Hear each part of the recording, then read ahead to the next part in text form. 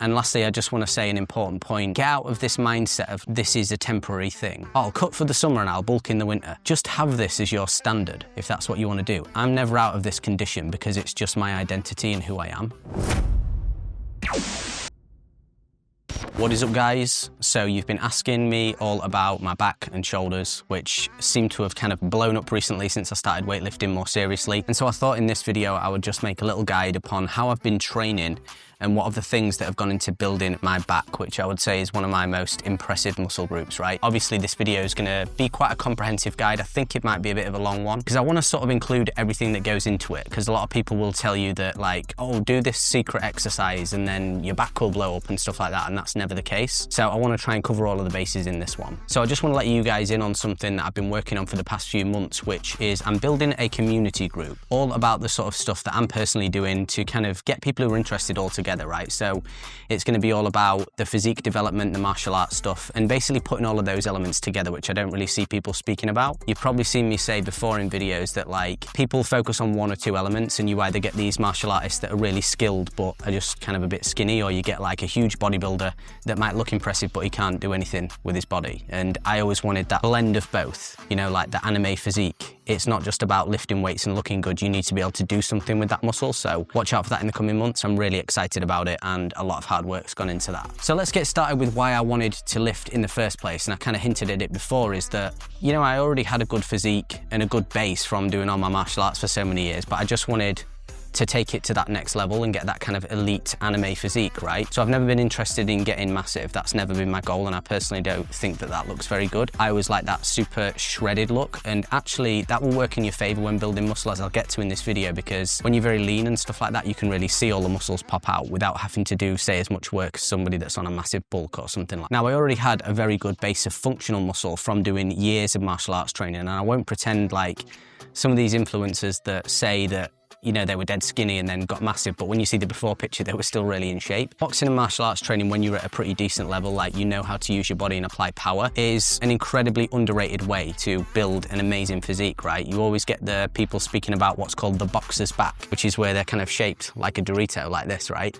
And that's just from always using those muscles, especially like the lightweight guys. If you look at them when they're in really good condition for fights, and you can see all the muscles, their back just looks huge and their waist is like really tight, and that's from all that stuff. If you can see these clips on the screen now, like this was before I'd even done any weightlifting, and you can see significant development in my upper body from doing that, right? But there's a certain way that you have to do it. Now, what I recommend is you've got to get your technique good first. If your technique is terrible, you're never going to be able to apply the power into the punches. In order to build muscle from an activity like this, you have to understand how to be able to move your body in the correct way to filter power through the kinetic chain and then finally discharge it into your strikes. And what that comes down to is just technique, repetitions, obviously, but also understanding what you need to do. And then once you're at that level, you've really got to think about putting force into your punches intentionally. So just get fucking aggressive with it, right? You need to really drive that power into whatever you're hitting, right? So I would recommend working upon a really heavy bag if you can. Once your technique's good, obviously, so you don't break your wrists or anything like that. But you want it to almost like not give anything back and just be almost like hitting a solid wall, so that like you're just able to really push that muscle in. And I'll show you a few clips now of me sort of like hitting at the level I would say, you know, to really drive that power in and develop that muscle, because as you land on that really heavy bag and there's no resistance, it basically forces all of the muscles of your back and shoulders to engage to still get that power in, and that's really what you need. If your muscles are not getting that sufficient stimulus to actually grow from that power and basically the necessity in order to be engaged to filter it in, then you're simply not going to grow. And it's just the same as like lifting a weight that's too light for you. The muscle is under no stress or no force to adapt, you could say. And so it simply will just kind of remain as it is. So that's something that you'll need to work up to if your technique's not that good. But I do see so many people that like are already quite good and they're just holding themselves back for some reason. Like, I like to get really aggressive in the sessions and really put that power in. And obviously it's a great way to burn fat. It's amazing cardio. And that leads me to my next point, which is that you simply have to be lean and have low body fat if you want to have a look similar to mine. So if you've got smaller muscles like me, I'm not big by any means. I mean, you can see here, right? Like in this hoodie, I just look like a normal dude. If you've not got low body fat, good luck seeing any of the muscles. The only reason that you can see all of these like veins and striations and stuff like that, and these muscle fibers fibers when I'm doing my training is because my body fat's very low. And you guys all watching them have got that exact same stuff underneath, but you just need to get the fat off in order to reveal it, right? And when you are a bit bigger, you can actually get away with a bit higher body fat because the muscles are kind of like pushing against the skin more because they're just bigger, quite frankly. But if you want that really like elite anime look, a bit like a Bruce Lee kind of look, then you've really got to get that body fat down there to close to, if not single-digit body fat. And I'll just put an example on the screen now. You know, most people would consider this guy to be lean by mainstream standards, you could say, but that's nowhere near lean enough to actually have the look, you know, that you kind of, I guess, would be going for if you're watching this video. And the thing is as well, right, when you're really lean, you just look way bigger than somebody that's got higher body fat, even if you're actually smaller. I'm not saying it's some kind of illusion, but basically I just do everything I can to maximize the physique I've got. And I've never been interested in looking big anyway. I don't think it looks good, which works in my favor, obviously. But at the same time, I kind of see it like, if you had a supercar like a Lamborghini, surely you would want to keep it nice and clean so that it looks good on the road. It's kind of like a similar thing to that. Like, if you're doing all this work to build your body, I think it makes sense to be lean so you can see it all and stuff like that. Now, this picture of this dude with his before and after is basically probably the best example I've ever found of this. Like, his shoulders on the left picture don't look anything impressive at all due to that higher body fat around his waist, but with that lower body fat in his after picture, it gives the illusion of his shoulders and his back being just so much bigger. And then combine that with exercises to add some size into those areas, then you're really onto a winner. And these are the things that you've got to think about when you're trying to craft that physique. Like, people just look too surface level and they're like, yeah, you just need to build muscle and you'll look sick.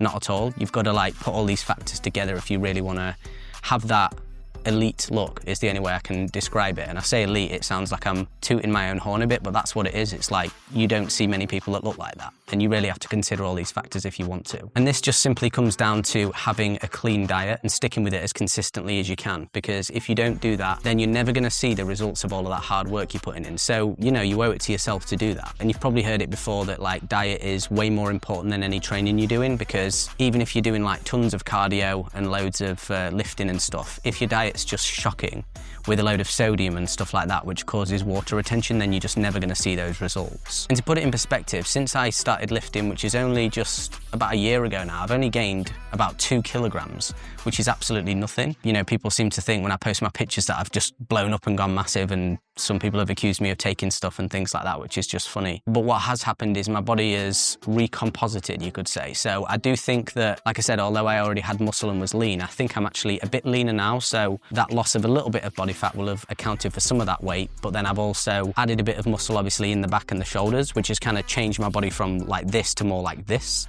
And that's why, again, you know, when the waist comes in and the upper body goes out, it creates that look of being way bigger, especially when you're lean. And this is just perfect for what I want to attain, because I want to maintain the explosiveness and athleticism I had. And I feel like I've done that and actually improved as well. So it's all going good pretty much. And so the final point on this is obviously the strength training. When I started lifting, the results really began to show. And I think you can't really build that type of physique without weights. I might be wrong, but I've not really seen it done just through pure calisthenics. You know, like some of the calisthenics guys look insane, but they have a different type of physique to what I'm kind of going for. They tend to be a bit more like fuller and blocky looking and stuff. So it was only since using the weights that I really kind of got that significant development that I was looking for. And none of the exercises that I do are particularly special. There's no quick fixes, or, you know, if somebody promises you this one exercise is gonna blow your back up or whatever, your chest, I would be a bit suspicious of that. Like, everything I do is quite generic, but really what's more important than the exercises is the way that you do them. So the way I train it, which is very intense. I aim to go to failure on every single set. And I'm talking true failure. I'm not talking about like where you've got a few reps in the tank. Even when you're feeling like you've finished, you like still try and still push even if the weights aren't moving for a few seconds. That's true failure. Not where like, oh, I think I can't do another rep.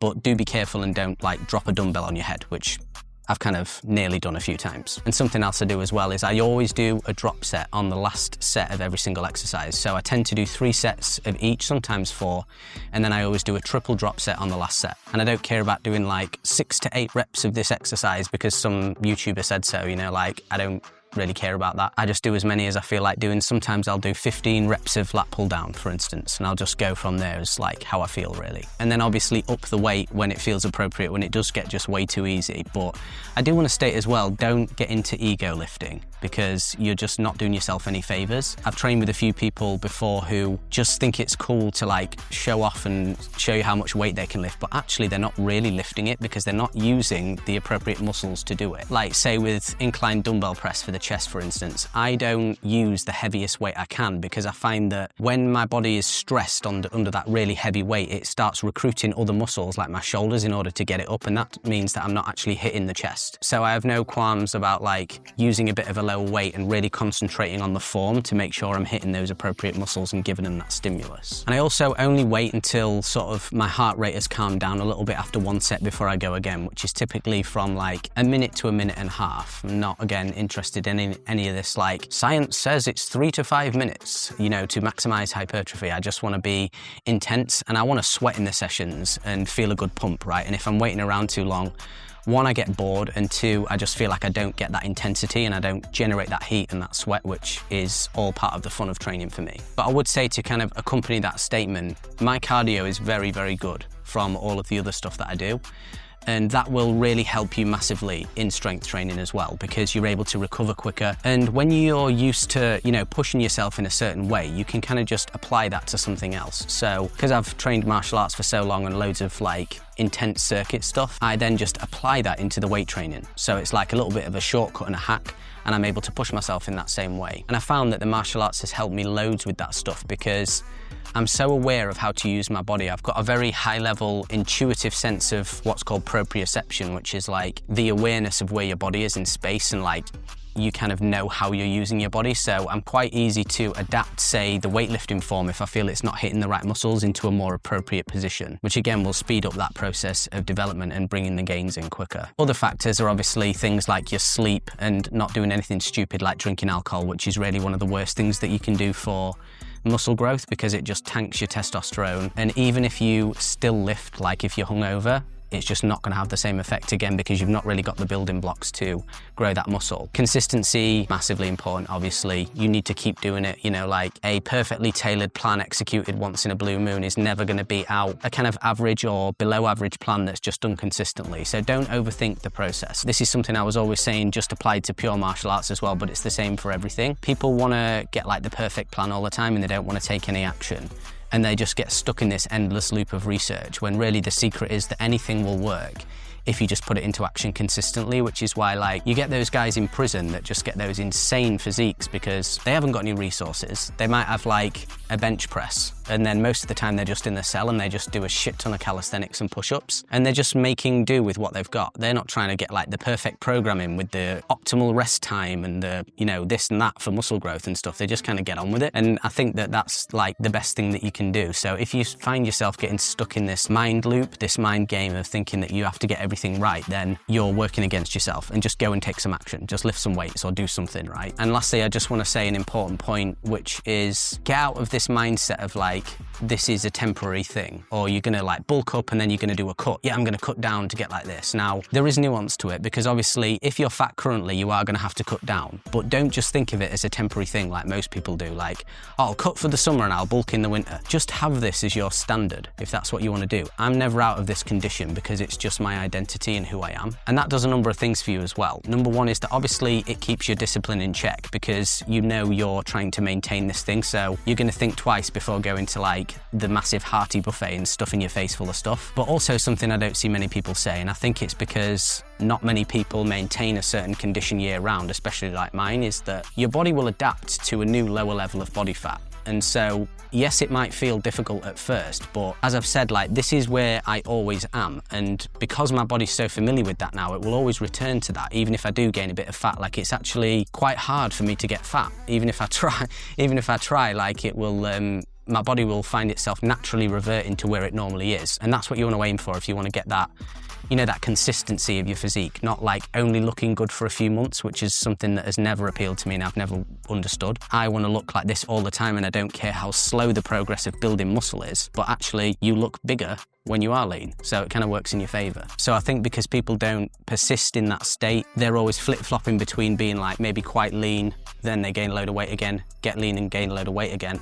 Their body never gets the chance to kind of get the message, so they're never at like a stable equilibrium, you could say. So yeah, that's my advice for that. And also be on the lookout, as I said at the beginning of the video, for the community group, which is going to be on a platform called School, which I'm building now and I'm really looking forward to. It's literally going to be all of the stuff we've spoken about here, including all the martial arts stuff, all the nutrition stuff, mindset, everything basically that goes into becoming like the best version of yourself with all of these interests that we all share, like martial arts, physique development and stuff like that. Hope you enjoyed this video, guys. Let me know if you would like more of these. I was thinking of doing them for like my shoulders and stuff as well. So yes, thanks for watching and I'll see you in the next video, guys.